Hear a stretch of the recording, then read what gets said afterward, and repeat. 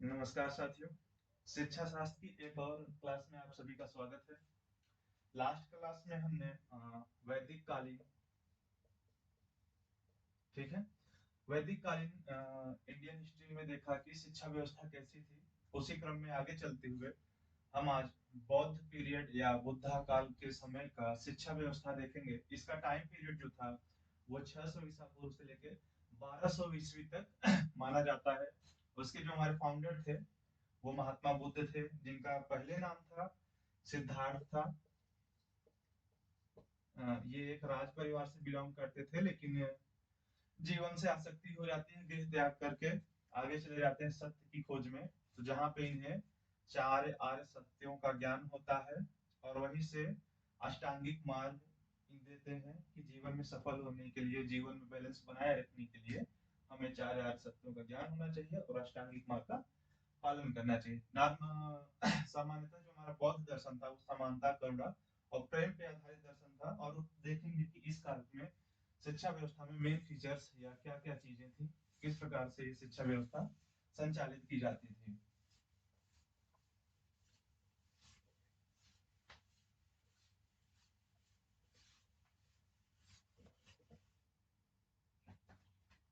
तो अगर इसके हम सबसे पहले फीचर्स की बात करें तो इसमें आता है शिक्षा का प्रशासन,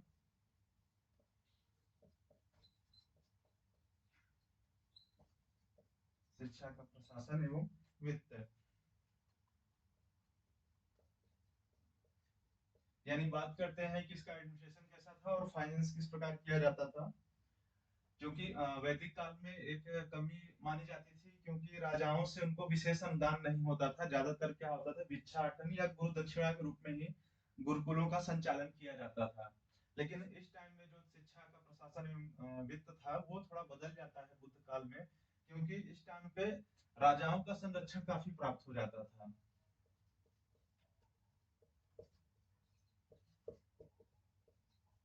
क्योंकि जब राजाओं का संरक्षण मिल जाता था तो फंड की कमी होती नहीं थी, तो वित्त व्यवस्था काफी अच्छी थी।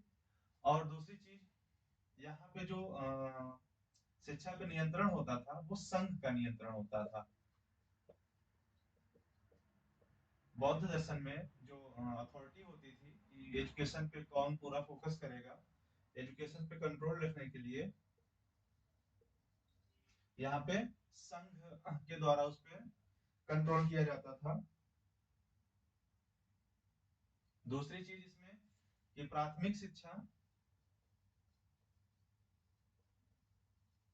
यानी जो हमारी प्राइमरी एजुकेशन होती है वो यहाँ पे फ्री थी, पूरी तरह से निःशुल्क हुआ करती थी प्राइमरी एजुकेशन, कि वो आपको फ्री ऑफ कॉस्ट दी जाती थी। लेकिन इसमें एक टर्म एंड कंडीशन होता है कि टर्म एंड कंडीशन ये था कि प्राइमरी तो निःशुल्क आपको दी जा रही है, कि आपको फ्री दिया जा रहा है, लेकिन जब हायर एजुकेशन आपको दी जाती थी, ठीक है, तो उसके लिए शुल्क लिया जाता था। यानी आपसे तब ये फीस ली जाती थी कि नहीं, अब आपको कुछ ना कुछ फीस देनी पड़ती थी। और फीस देने के तरीके ये होते थे कि चाहे आप एक बार में दे दीजिए, चाहे किस्तों में दीजिए।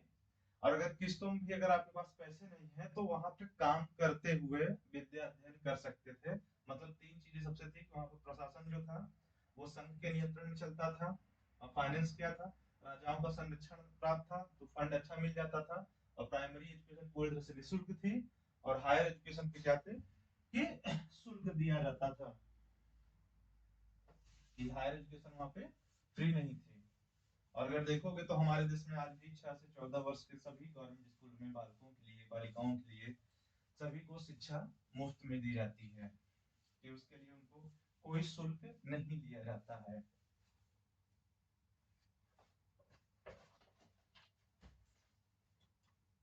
अब अगला पॉइंट देख लेते हैं कि शिक्षा की व्यवस्था कहाँ की जाती थी। जो शिक्षा की व्यवस्था की जाती थी तो मठों और विहारों में की जाती थी।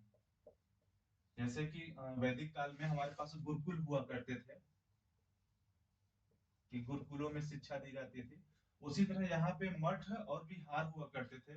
तो जो मठों में होते थे वो आध्यात्मिक शिक्षा दी जाती थी, और विहारों में गृहस्थ, यानी जो हम दैनिक जीवन जीते हैं, जैसे कि एक पारिवारिक जीवन जो जीते हैं, फैमिली जिसमें होती है हमारी, एक अच्छी पूरी परिवार हो, हम सबको लेके चलते हैं, तो वो जो शिक्षा दी जाती थी वो विहारों में दी जाती थी।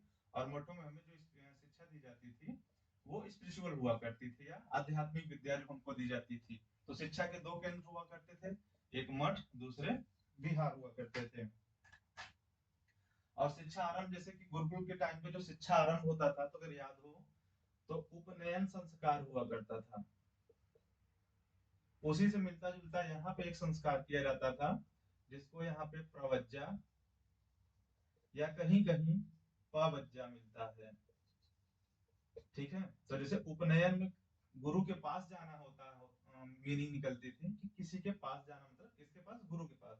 तो प्रवज्जा में होता था कि घर से बाहर जाना, मतलब सीधे शब्दों में कि बाहर जाने की जो प्रक्रिया होती थी, बाहर जाना, कहाँ जाना थे बाहर, ये या तो हम मठों में जाते थे या विहारों में शिक्षा लेने के लिए।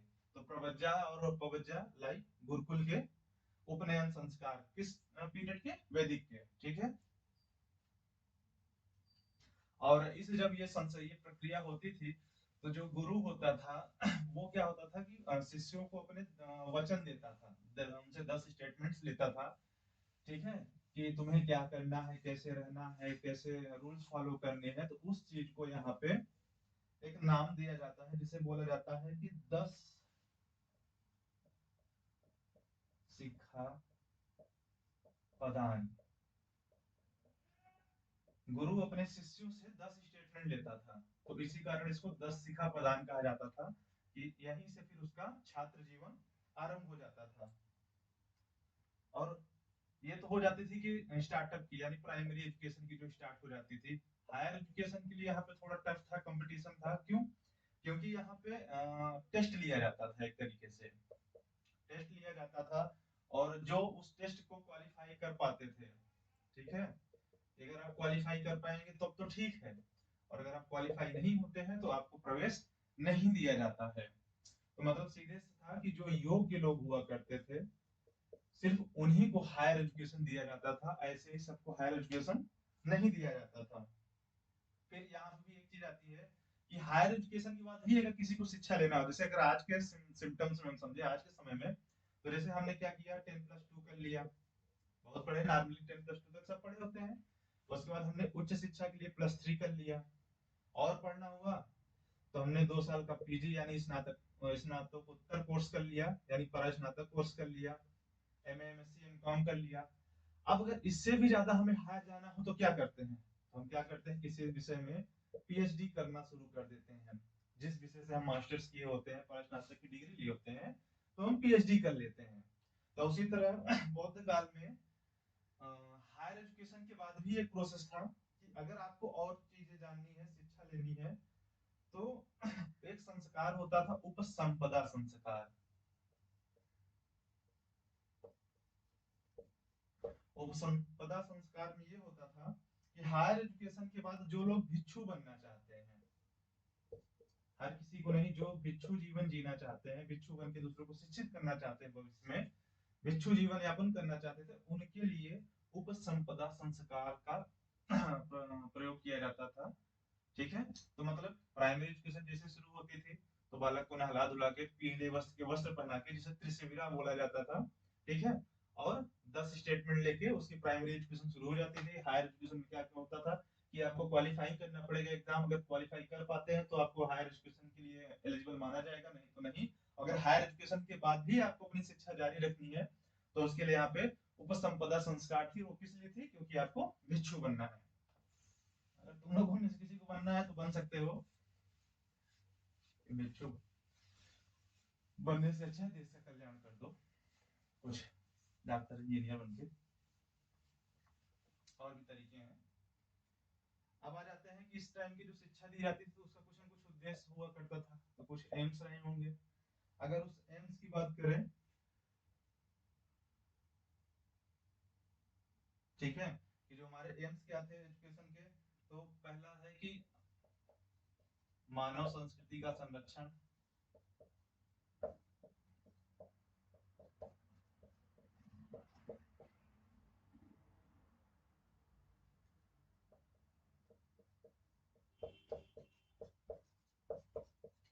कि जो हमारी संस्कृति, जो हमारा कल्चर चला आ रहा है उसको हमको बचा के रखना है, उसको किसी तरीके से डिस्ट्रॉय नहीं होना देना है। क्योंकि इसका प्रमाण ये था, चीजें ऐसी हुई थी कि वैदिक काल के अंत होते होते हमारे देश में इतने ज्यादा आक्रमण हो चुके थे कि हमारी परंपराएं, हमारी रीति रिवाज लगभग डिस्ट्रॉय से हो चुके थे। तो उसी टाइम पे हमारा ये बौद्ध दर्शन आता है महात्मा बुद्ध के द्वारा।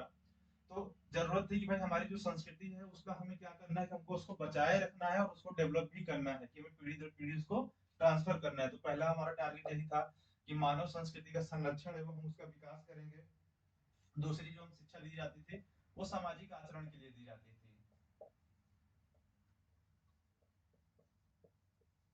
कि समाज के चार लोगों के सामने आपका व्यवहार कैसा होना चाहिए, बड़ों से कैसे बात करना चाहिए, शिष्टाचार का कैसे प्रयोग करना चाहिए इत्यादि सभी की शिक्षा यहाँ पे हमें सामाजिक आचरण की शिक्षा के द्वारा दिया जाता था, कि नहीं तुमको कोई चीज कैसे करना है, किस तरीके से करना है, अच्छे से करो। ठीक। तीसरी चीज थी कि आपके ज्ञान का विकास करना है, क्योंकि मानना था कि ज्ञान को सिर्फ किताबों के जरिए या कुछ चीजों में बंद करके नहीं रखा जाता कि तुमने दो चार किताबें पढ़ ली आपके अंदर नॉलेज आ गया। इस चीज को हमेशा क्या करना होता था, डेवलप करना होता है। इसका सबसे अच्छा एग्जांपल देख लो कि सदियों पहले हम लोग मानते थे कि चंद्रमा तक पहुंचा नहीं जा सकता, ठीक है, लेकिन आज देखो हम लोग कूदते फांदते पहुंच गए चंद्रमा पे, वहां की मिट्टी तक लेके आ गए। तो ये क्यों हुआ? क्योंकि हमने अपने ज्ञान का लगातार विकास किया। जो चौथी इस टाइम का एम था कि आपका कैरेक्टर, चरित्र निर्माण किया जाए, क्योंकि आपका अच्छा चरित्र होना वैदिक काल का भी एक मेजर पॉइंट था। तो यहाँ पे भी वो सेम चीज है कि आपका कैरेक्टर अच्छा होना चाहिए। पांचवी चीज क्या फीचर्स थी कि कार्य कौशल एवं व्यवसायों की शिक्षा। इस टाइम पे एक चीज अच्छी आ गई थी कि वोकेशनल एजुकेशन की बात की जाने लगी थी, यानी आपको व्यवसायों की शिक्षा दी जाएगी, या आपके अंदर कला कौशल को डेवलप किया जाएगा कि आप कुछ न कुछ सीख ले। अगर याद हो तो हम लोगों के टाइम पे याद है कि 2015 में हम पीजी कर रहे थे, तो कौशल विनिमय केंद्र खोले गए थे। कौशल विनिमय केंद्र में क्या होता था कि 6 महीने या साल भर की कुछ कोर्स की आप ट्रेनिंग दी जाती थी, जिसके द्वारा आप किसी जॉब के लिए अप्लाई कर सकते थे। तो हम लोगों ने कुछ टाइम पे किया था, हमारे बैच में कुछ लोगों ने होटल मैनेजमेंट का कोर्स किया था, तो बाद में उनको जॉब भी मिल गई। तो इसीलिए कि शिक्षा ऐसी हो जाए कि भविष्य में अगर आप पढ़ते हैं तो एटलीस्ट कम से कम इतना स्किल आपके अंदर, इतना नॉलेज हो कि आप बेरोजगार न रह पाए। और इसका जो छठा एम था कि बौद्ध धर्म की तो शिक्षा देनी ही है भाई। जिस समय जिस चीज की प्रधानता होती है, बौद्ध दर्शन कह लीजिए या धर्म कह लीजिए, तो हमें उसकी शिक्षा देनी ही होती। जैसे वैदिक काल का जो टाइम पीरियड था उस टाइम पे हमें अपने पुराणों, गीता ग्रंथ, चारों वेदों की शिक्षा दी जाती थी। ठीक है, तो अब इस टाइम पे क्योंकि बौद्ध दर्शन था सर्वे सर्वा, तो बौद्ध दर्शन की शिक्षा दी जाती है।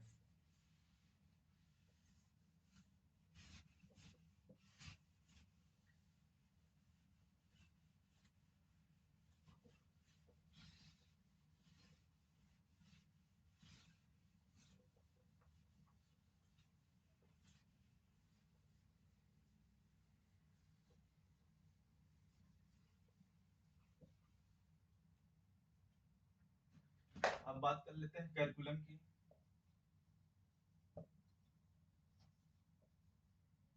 कि इस टाइम पे हमारी पाठ्यचर्या कैसी थी।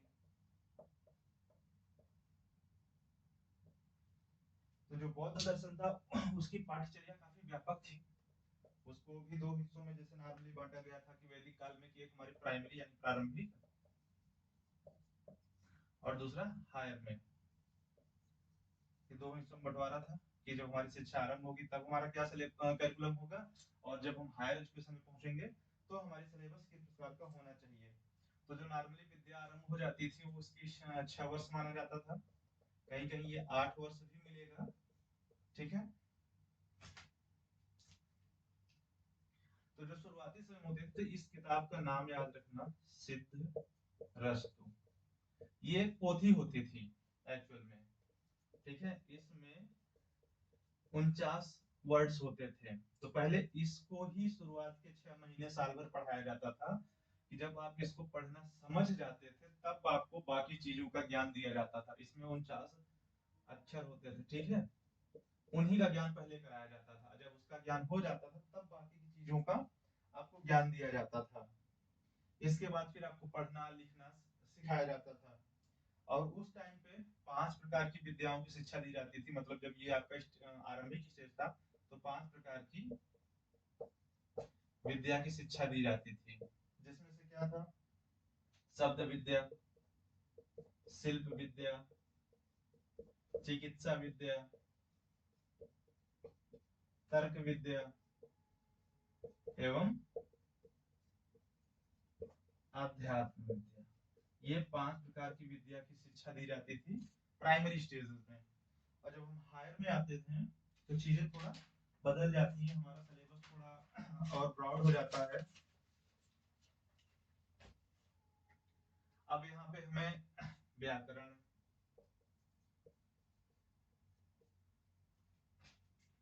दर्शन, नक्षत्र,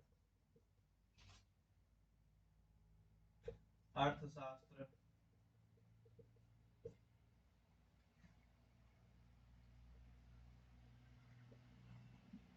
चित्रकला, मूर्तिकला,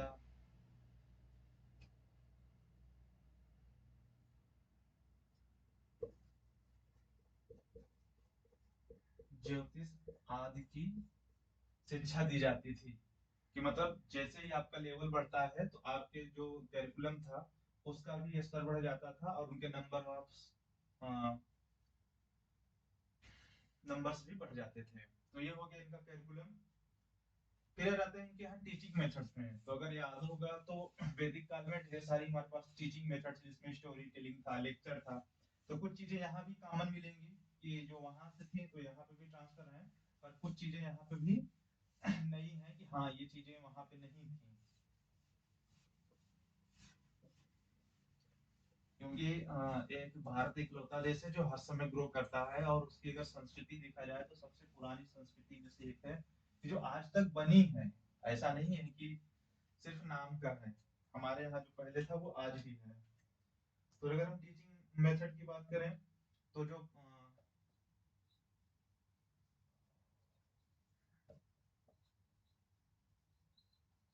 तो इसमें सबसे पहले हम भाषा की बात करते हैं। तो उस समय जो भाषा यूज की जाती थी वो पाली भाषा थी। पाली या प्रकृत, लेकिन यूज की जाती थी पाली भाषा, ठीक है। अब यहाँ पे प्रश्नोत्तर विधि, प्रश्नोत्तर के बाद प्रदर्शन, अभ्यास,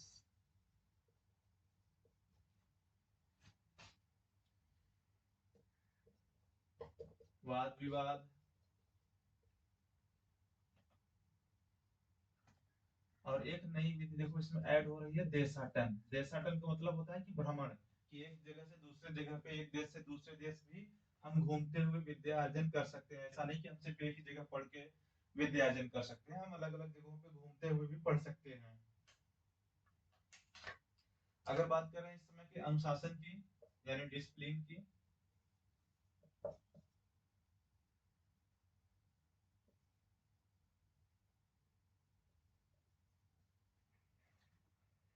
तो यहाँ पे बौद्ध मठों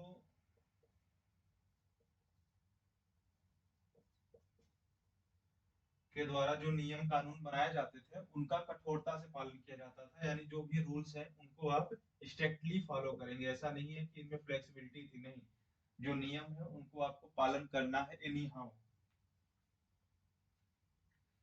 और 10 नियम, जैसे कि मैंने बताया था कि जब प्रवज्जा संस्कार होता है तो 10 नियम तो वहीं पे बच्चे से स्टेटमेंट ले लिया जाता है कि नहीं तुम्हें इनको फॉलो करना है।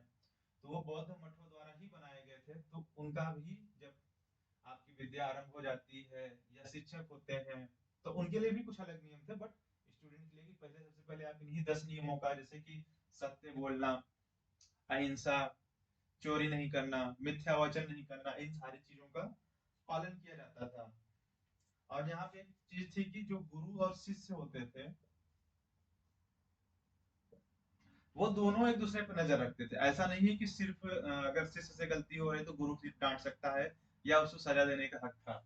ऐसा नहीं कि यहाँ पे शिष्य को सजा देने का हक मिल गया था, लेकिन अगर गुरु से भी गलती होती थी तो शिष्य से एकांत में उससे बता देता था कि सर आपसे यहाँ पे गलती हुई या मिस्टेक हुई है, तो फिर गुरु भी जाके पश्चाताप अपना करता था, अपनी गलती को सुधारता था और शिष्य करता था। मतलब सीधी सी बात यह है कि दोनों एक दूसरे पर नजर रखते थे और एक दूसरे के आचरण को सुधारने की हमेशा कोशिश करते थे।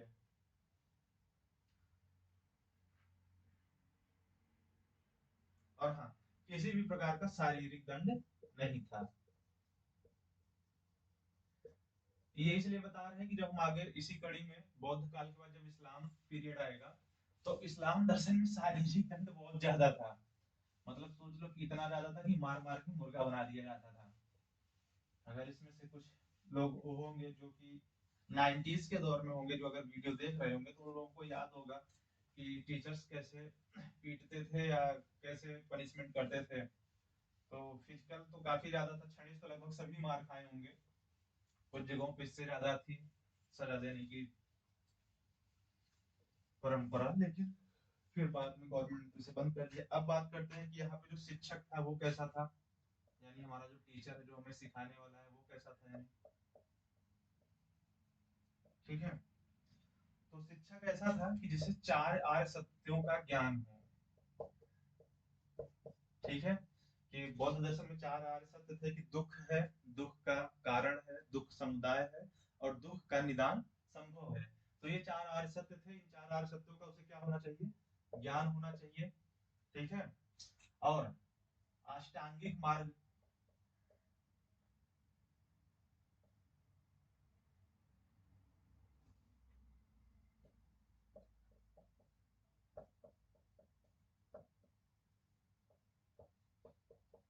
अष्टांगिक मार्ग का पालन करने वाला हो। गुरु के लिए तो ये चीजें एकदम कंपलसरी थी कि शिक्षक वही बन सकता है कि कम से कम से चार आर्य सत्यों का ज्ञान हो, अष्टांगिक मार्ग का पालन करने वाला हो।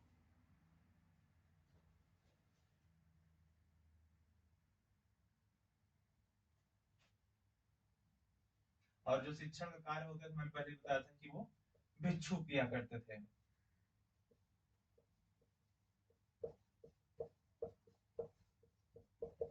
इसी कारण उनको उपाध्याय या शिक्षक कहा जाता था। और जैसे कि अभी एक नाम लिया था कि प्रवज्जा संस्कार, तो इस संस्कार को ग्रहण करने के बाद बालक को श्रमण या श्रामणेर कहा जाता था। ठीक है, इसकी मीनिंग कमेंट में जिसको भी पता हो बताना मुझे वीडियो देखने के बाद। तो स्टूडेंट के लिए क्या प्रावधान थे कि चलो टीचर के लिए तो ये हो गया, तो स्टूडेंट के तो भाई पहले अपने वही बेचारा 10 नियमों का पालन करे और उसके बाद सदाचार जीवन जिए। और शिक्षक के लिए कि चार आर्य सत्य और अष्टांगिक मार्ग तो हर हाल में उसे पता होना चाहिए। अगर उसे ये नहीं पता है तो वो शिक्षक बनने की उसके अंदर कैपेबिलिटी ही नहीं थी। अगर बात कर लेते हैं कि शिक्षक और स्टूडेंट यानी टीचर और स्टूडेंट में रिलेशनशिप कैसा था, तो इनका रिलेशनशिप ऐसे समझ लो कि ये फादर थे और ये बेटा जी थे। मतलब शिक्षक के ऊपर पूरी जिम्मेदारी होती थी कि वो बच्चे की अपने अच्छे से देखभाल करे, उसके वो शिक्षा दे जिसके लिए वो वहां पे आया है। तो मतलब रिलेशन जो थे बहुत अच्छे रिलेशन थे कि हाँ आओ, अच्छे से रहो, पाओ ले जाओ। जैसे कि वैदिक काल में भी सेम यही पिता तुल्य रिलेशन था। तो वो चीज यहाँ भी हमको देखने को मिलती है कि जो हमारा रिलेशनशिप है शिक्षक और छात्र का, वो पिता तुल्य ही है।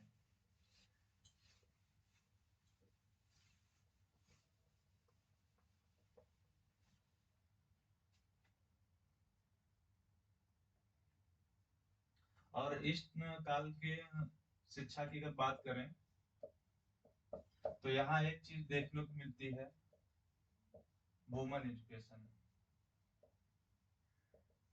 दूसरी चीज मिलती है मास एजुकेशन।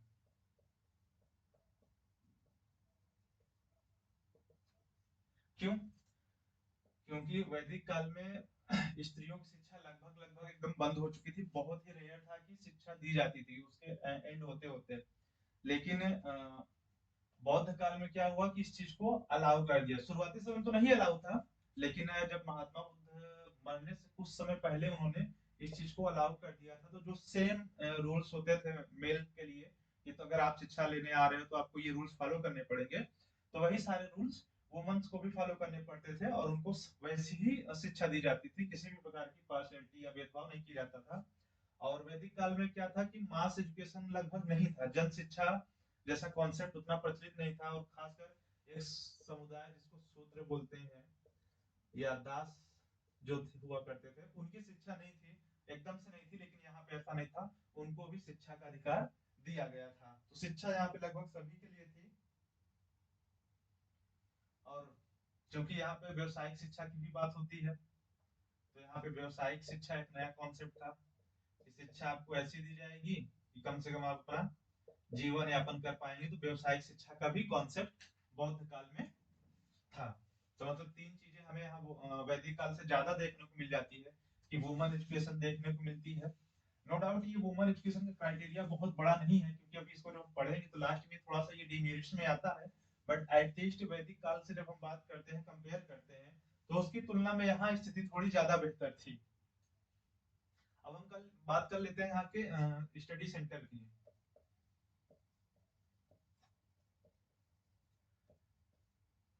क्योंकि वैदिक काल में तो गुरुकुल हुआ करते थे, लेकिन यहाँ पे कुछ विश्वविद्यालय थे जहाँ पे हायर एजुकेशन दी जाती थी, और विश्व की पहली यूनिवर्सिटी तो हमारे देश की सबको पता होगा। तो जैसे यहाँ पहली जो यहाँ थी वो थी हमारी तक्षशिला। ये विद्या अध्ययन का केंद्र हुआ करता था, और इस समय ये रावलपिंडी पाकिस्तान में पड़ता है। पहले तो भारत में था, लेकिन बंटवारे में बेचारा उधर चला गया। दूसरा वर्ल्ड फेमस हमारा नालंदा, जिसमें कहा जाता है कि 10,000 से ज्यादा विद्यार्थी पढ़ते थे। तो इमेजिन कर सकते हो कि देश विदेश से भी यहाँ पे लोग आया करते थे शिक्षा ग्रहण करने के लिए। पहला तक्षशिला, दूसरा नालंदा, तीसरा था हमारा वल्लभी। ये सभी विश्वविद्यालय हैं, ठीक है। और चौथा हमारा शिक्षा केंद्र बनता है विक्रमशिला।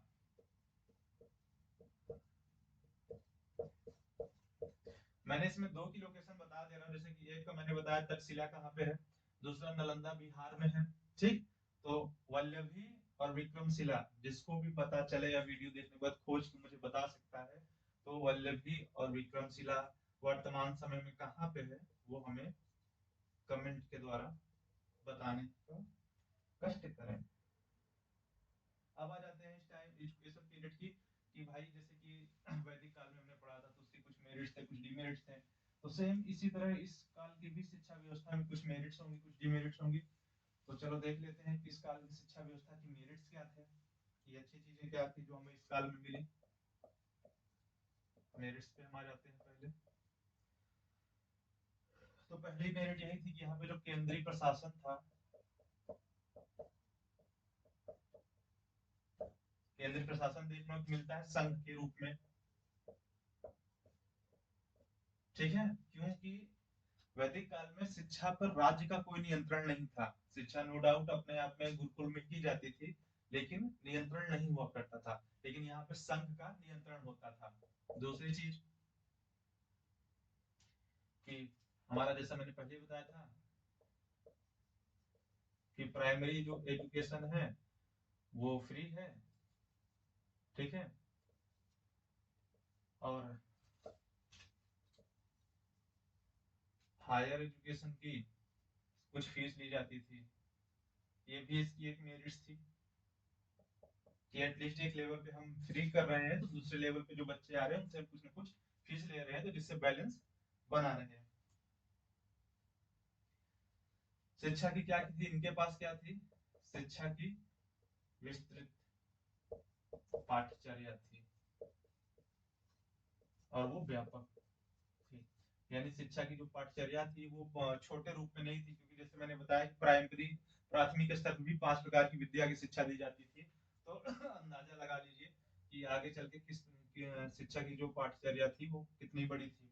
हायर एजुकेशन में तो मैंने कई चीज की बताया कि कई प्रकार की शब्द विद्या के बाद व्याकरण हो गया, ज्योतिष हो गया, नक्षत्र जैसी चीजों की शिक्षा दी जाती थी।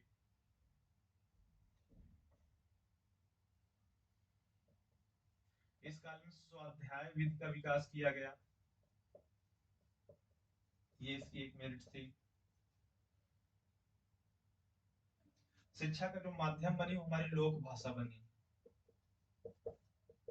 लोक भाषा या कह सकते हो मातृभाषा, क्योंकि बौद्ध इस चीज को समझ गए थे, अगर किसी को शिक्षित करना है, जल्दी शिक्षित करना है, तो उसकी उसी की ही भाषा में दो। इवन जो हमारी राष्ट्रीय पाठ्य सॉरी नेशनल एजुकेशन पॉलिसी आई है, नेप जिसको शायद में बोलते हैं 2020, उसमें साफ साफ कहा गया है कि जो शिक्षा का माध्यम होना चाहिए जो बच्चों को शिक्षित करने के लिए, तो वो उनकी मातृभाषा ही होना चाहिए।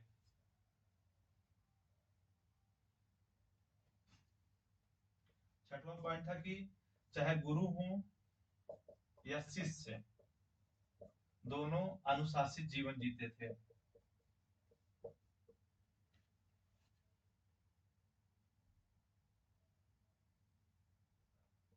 वो इसलिए बता रहे हैं क्योंकि जब हम इस्लाम दर्शन में आएंगे, तो इस्लाम दर्शन में ये अनुशासित की जगह थोड़ा सा बदल जाता है, वहां पे विलासितापूर्ण जीवन आ जाता है कि शिक्षक और छात्र दोनों विलासितापूर्ण जीवन जिया करते थे। तो अब और बताओ, जब तुमको पढ़ने की जगह आओ भैया पिक्चर देख लो, आओ भैया रसगुल्ला खा लो, तो पढ़ने मन लगेगा किसी का?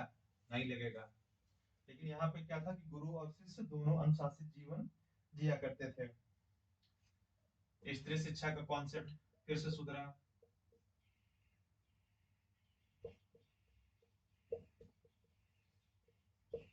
स्त्रियों की शिक्षा दी। जो शिक्षा व्यवस्था थी वो संगठित और सुव्यवस्थित रूप से दी जाती थी, यानी वेल स्ट्रक्चर्ड फॉर्म में लाया गया था। जो उसका मैनेजमेंट था वो वेल प्लान था।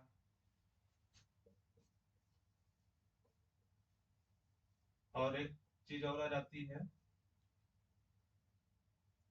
कि व्यवसायिक शिक्षा,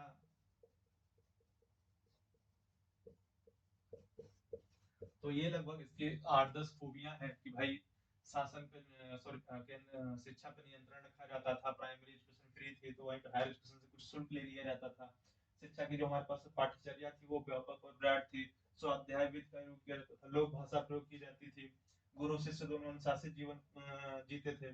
स्त्रियों की शिक्षा थी, जो संगठन शिक्षा के सेंटर हुआ करते थे वो संगठित थे, वेल मैनेज थे, प्लान थे। और व्यवसायिक शिक्षा जैसे कॉन्सेप्ट इस समय पीरियड में, इस काल में हमें देखने को मिलता है।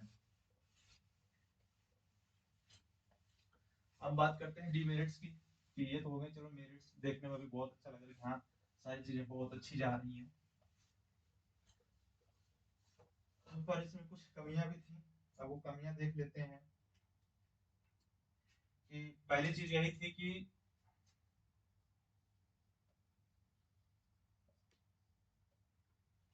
आय का निश्चित स्रोत नहीं था।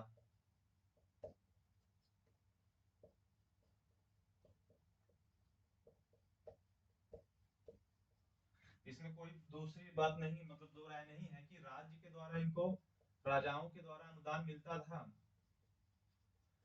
पर फिर भी ये फिक्स नहीं होता था कि कौन सा राजा उनको कितना पैसा दे देगा या कितना अनुदान दे देगा। तो आय का फिर भी निश्चित स्रोत नहीं है। दूसरा, कठोर अनुशासन।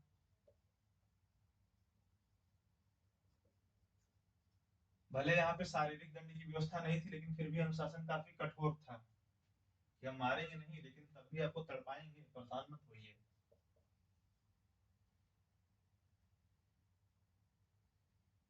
और इसकी सबसे बड़ी मेरिट डीमेरिट्स में मुझे एक चीज लगती है कि सैन्य शिक्षा का अभाव था। सैन्य शिक्षा का अभाव क्यों था? क्योंकि ये जो बौद्ध काल की शिक्षा व्यवस्था थी, बौद्ध दर्शन था, ये अहिंसा पे था। ठीक है कि भैया किसी भी प्रकार की कोई हिंसा नहीं करेंगे, और जब हिंसा नहीं करेंगे तो फिर हमें सैन्य शिक्षा क्यों चाहिए? तो इसलिए सैन्य शिक्षा का अभाव था। और सम्राट अशोक के पतन का कारण ये भी एक है कि सैन्य शिक्षा उनके यहाँ भी नहीं थी जब उन्होंने बौद्ध धर्म को अपना लिया था। और जैसे मैंने कहा कि स्त्रियों की शिक्षा थी, लेकिन फिर भी वो डिमेरिट थी, क्योंकि ज्यादातर धनी स्त्रियों को ही वो शिक्षा व्यवस्था मिल पाती थी, क्योंकि सब आम जन लोग धनी सॉरी मठों या बिहारों में नहीं पहुंच पाते थे शिक्षा लेने के लिए। लेकिन धनी स्त्रियों को ये सुविधा थोड़ा इजिली मिल जाती, जैसे ऐसे समझ लो अभी हमारे यहाँ पूजा पाठ हो, कोई जैसे हमारे यहाँ देश में प्रयागराज में बड़े हनुमान जी का मंदिर हो, साधारण लोग जाते हैं, लाइन लगा के जाते हैं हनुमान जी के दर्शन करने। लेकिन अभी कोई भी वीआईपी आ जाए तो उसके लिए फाटक अलग से खुल जाएगा और बाकी लोगों को होल्ड करा के पहले उसको दर्शन कराया जाएगा। तो उसी जैसा कॉन्सेप्ट यहाँ भी था कि धनी स्त्रियों को शिक्षा मिल जाती थी। पांचवी चीज थी कि सांसारिक जीवन की उपेक्षा की गई,